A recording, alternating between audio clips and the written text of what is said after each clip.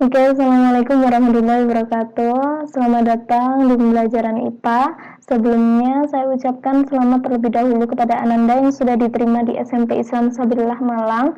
Semoga di SMP Islam Sabilillah Malang Ananda bisa memperoleh ilmu yang barokah, kemudian bisa menjadi tempat belajar yang nyaman juga bagi Ananda gitu ya. Nah, sekarang saya mau memperkenalkan diri terlebih dahulu. Nama saya Badiatus Solihah, biasa dipanggil Ica, Mem Ica atau Bu Ica gitu ya. Nah, di sini saya mengajar mengenai IPA atau ilmu pengetahuan alam khususnya di kelas 7.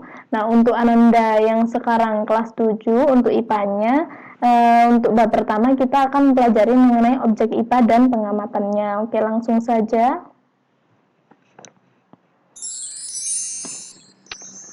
Untuk yang pertama di objek IPA dan pengukuran, kita akan pelajari mengenai objek IPA, kemudian besaran pokok dan turunan, satuan baku dan tak baku, konversi satuan, dan yang terakhir adalah percobaan pengukuran. Nah, untuk yang pertama, langsung saja objek IPA. Nah, kira-kira objek apa saja sih yang bisa diselidiki melalui IPA? Nah, gitu ya. Apa aja yang bisa kita amati atau kita pelajari melalui IPA? Nah, bisa mengenai tumbuhan atau hewan juga bisa, kemudian manusia seperti kita, ataupun makhluk tak hidup seperti batu atau air atau udara, semuanya, pokoknya semuanya yang ada di sekitar kita, benda-benda apapun yang ada di sekitar kita itu merupakan lingkup dari objek IPA. Jadi IPA itu adalah ilmu tentang segala sesuatu yang ada di sekitar kita. Jadi seperti itu. Kemudian untuk melakukan pengamatan atau kalau kita melihat ilmuwan-ilmuwan gitu ya, kalau mencetuskan teori, apakah mereka hanya melakukan pengamatan? Tentu tidak ya. Jadi mereka itu tidak hanya melakukan pengamatan saja terhadap benda-benda yang di sekitar kita, namun coba langsung kita ke slide berikutnya. Nah, misalkan di sini saya memiliki contoh ada Bapak Newton. Nah, Bapak Newton di sini misalnya ketika dia duduk di bawah pohon apel gitu ya. Kemudian ada apel nih yang jatuh. Nah, ketika Bapak Newton menyadari kalau ada apel yang jatuh di atas kepalanya, maka dia sedang melakukan yang namanya kegiatan pengamatan. Nah, setelah dia mengamati ada apel yang jatuh, kira-kira apa? Dia berpikir apa nih yang jatuh? Nah, kemudian mengapa apel ini bisa jatuh? Nah, kemudian juga bagaimana apel ini bisa jatuh? Nah, dari pengamatan yang kita lakukan, dari fenomena-fenomena yang ada di sekitar kita, kemudian akan ada timbul pertanyaan dari diri kita sendiri. Oh, kenapa ya? Kenapa apel itu bisa jatuh?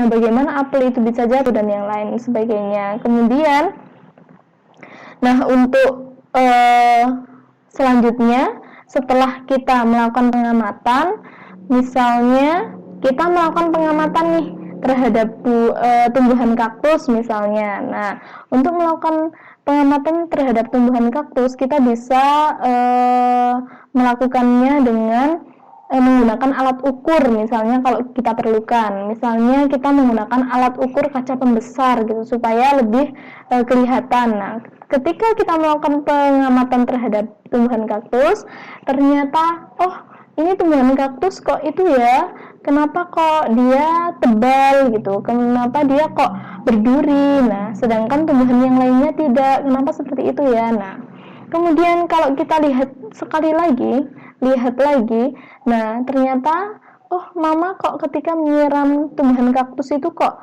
jarang sekali, sedangkan untuk tumbuhan yang lain kenapa kok sering. Nah, itu bisa kita definisikan, bisa kita analisis melalui yang namanya inferensi. Inferensi itu artinya kita menghubungkan antara dua fakta yang kita temui, yaitu kaktus dengan batang yang tebal, kemudian dia juga ada durinya dengan perlakuan diberi air yang sedikit, misalnya seperti itu. Nah, itu kenapa ya kira-kira? Seperti itu kita bisa mendefinisikan atau menganalisisnya melalui inferensi. Nah, kemudian setelah kita mengetahui oh ternyata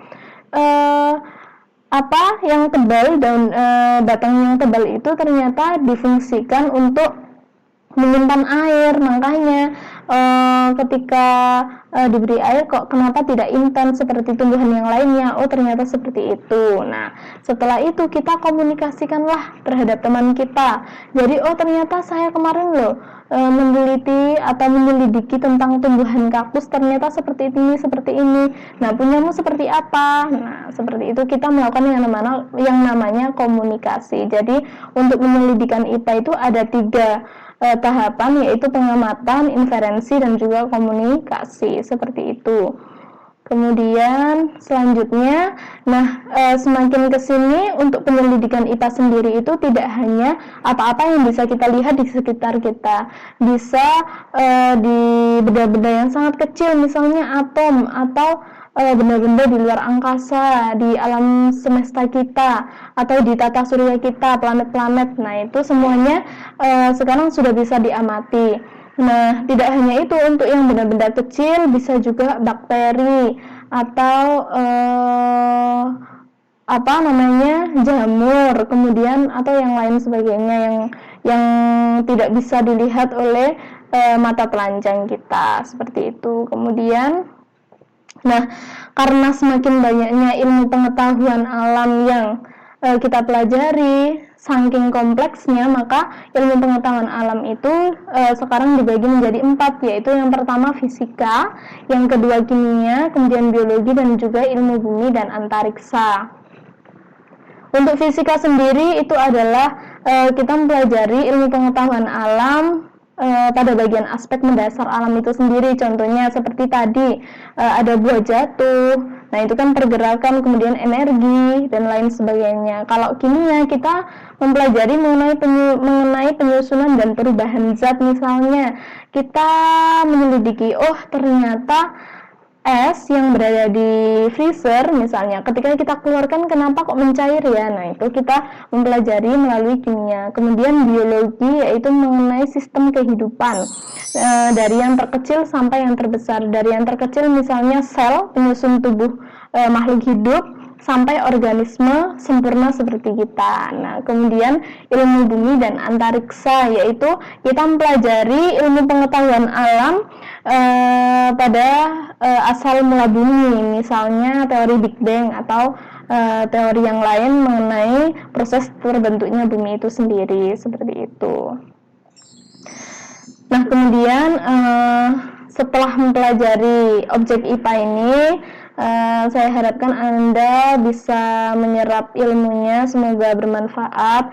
Kemudian cobalah Anda untuk kembali ke e-learning masing-masing. Kemudian coba Anda amati ciri-ciri anggota keluarga Anda. Nah, ini untuk latihan ya, bagaimana kita melakukan penyelidikan IPA itu melalui pengamatan ciri-ciri anggota keluarga kita. Salah satu saja, bisa adik, bisa kakak, bisa kakek, bisa nenek, bisa mama, papa, seperti itu ya. Oke, good luck and have fun. Wassalamualaikum warahmatullahi wabarakatuh.